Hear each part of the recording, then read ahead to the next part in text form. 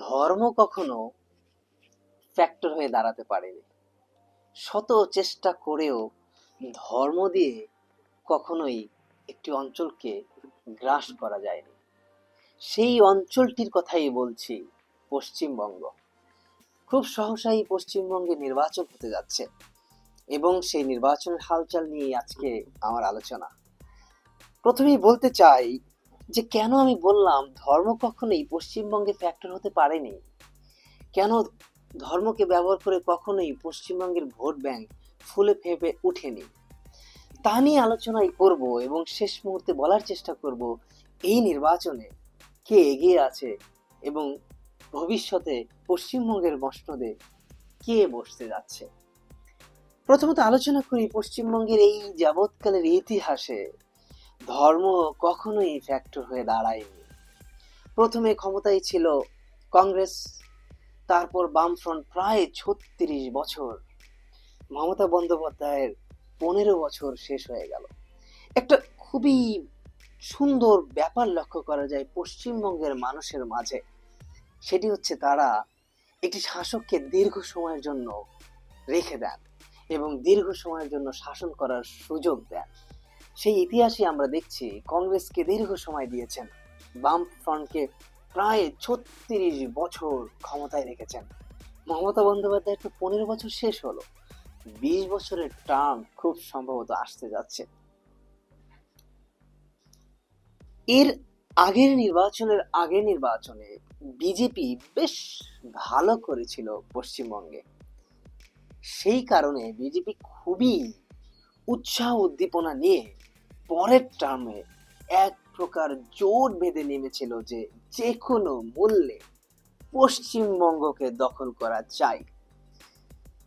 So বিজেপির সেই একই কার্ড, ধর্মের কার্ড, যেই কার্ড ব্যবহার করে পুরো ভারতবর্ষে এক ধরনের ধর্মীয় উন্মাদনা বজায় রেখে যেই নির্বাচনীয় কার্ড বিজেপি খেলে ক্ষমতায় এসেছে, সেই একই কার্ড পশ্চিমবঙ্গে তারা জোরালোভাবে ব্যবহার করা শুরু করেছিল।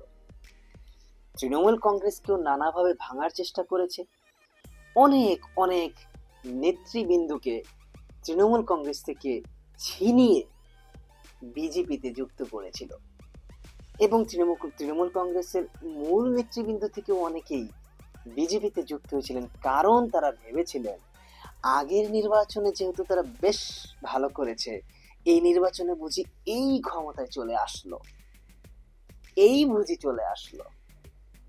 কিন্তু কিন্তু পশ্চিমবঙ্গের মানুষের তো ওই একই কথা, তারা কখনোই শাসক নির্বাচনের ক্ষেত্রে ধর্মকে প্রাধান্য দেয়নি।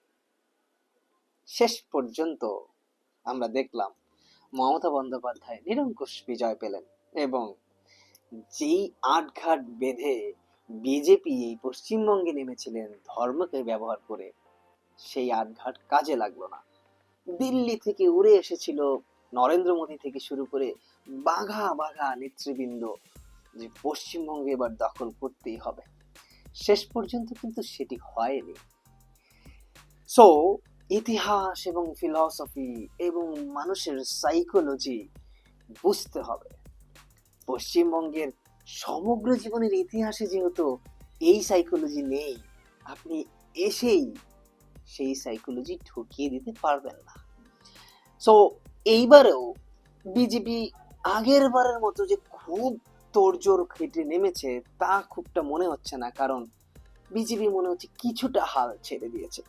আগের বার তারা যতটা চেষ্টা করেছিল, যতটা নিজেদেরকে জাহির করার চেষ্টা করেছিল পশ্চিমবঙ্গে, এইবার কিছুটা ম্রিয়মান বা ম্লান।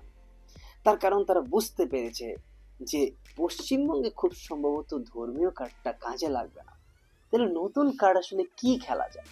বিজেপির কাছে তো ওই একটি কার্ড, যেটিকে আমরা বলি ধর্মীয় কার্ড, ওই কার্ড ছাড়া আর কোনো কার্ড নাই। তাহলে তারা করবেটা কি? অ্যাজ ইউজুয়াল ওই কার্ডকে কিছুটা জিয়ে রেখে নির্বাচনী প্রচারণা চালাচ্ছে। মমতা বন্দ্যোপাধ্যায়ের কাছে আসলে এইবারের নির্বাচনটা মনে হচ্ছে কিছুটা সহজতর হচ্ছে আগের বারের থেকে।